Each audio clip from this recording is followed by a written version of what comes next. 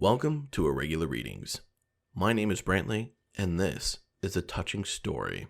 Today, we will be reading a chapter from an AI-generated novel called Harry Potter and the portrait of what looked like a large pile of ash. Let us begin. Chapter 13.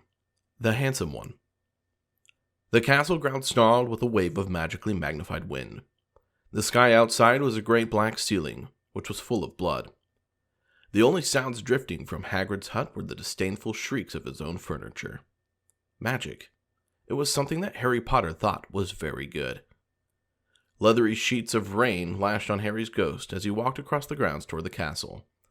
Ron was standing there and doing some kind of frenzied tap dance. He saw Harry and immediately began to eat Hermione's family. Ron's Ron shirt was just as bad as Ron himself. "If you two can't clump happily, I'm going to get aggressive," confessed the reasonable Hermione. "What about Ron magic?" offered Ron. To Harry, Ron was a loud, slow, and soft bird. Harry did not like to think about birds. "Death Eaters are on top of the castle!" Ron bleated, quivering. Ron was going to be spiders. He just was. He wasn't proud of that, but it was going to be hard to not have spiders all over his body after this was all said and done.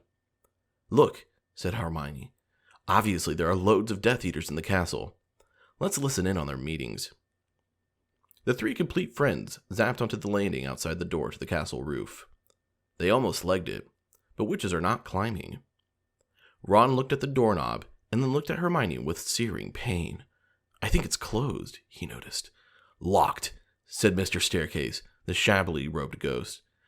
They looked at the door, screaming about how closed it was and asking it to be replaced with a small orb. "The password was beef women," Hermione cried. Harry, Ron, and Hermione quietly stood behind the circle of Death Eaters, who looked bad. "I think it's okay if you like me," said one Death Eater. "Thank you very much," replied the other. The first Death Eater confidently leaned forward to plant a kiss on his cheek. "Oh, well done," said the second as his friend stepped back again. All the other Death Eaters clapped politely. Then they all took a few minutes to go over the plan to get rid of Harry's magic. Harry could feel that Voldemort was standing right behind him.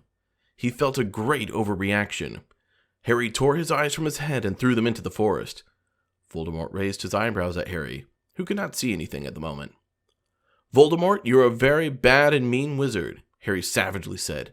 Hermione nodded encouragingly. The tall Death Eater was wearing a shirt that said, "Hermione has forgotten how to dance." So Hermione dipped his face in mud. Ron threw a wand at Voldemort and everyone applauded. Ron smiled. Ron reached for his wand slowly.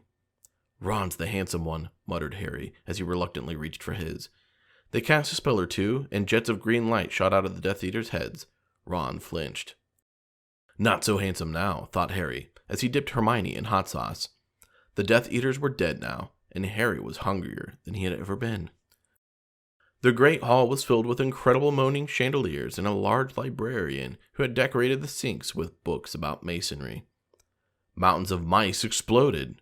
Several long pumpkins fell out of the McGonagall. Dumbledore's hair scooted next to Hermione as Dumbledore arrived at school.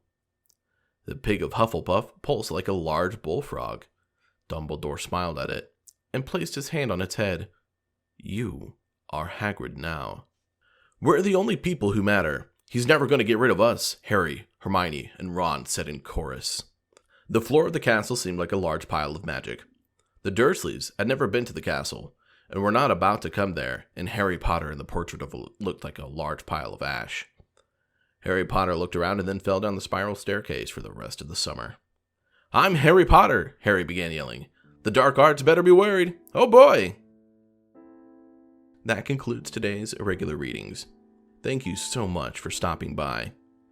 If you have any suggestions of any irregular readings that you would like read aloud, drop them in the comments. And until next time, have a wonderful rest of your day.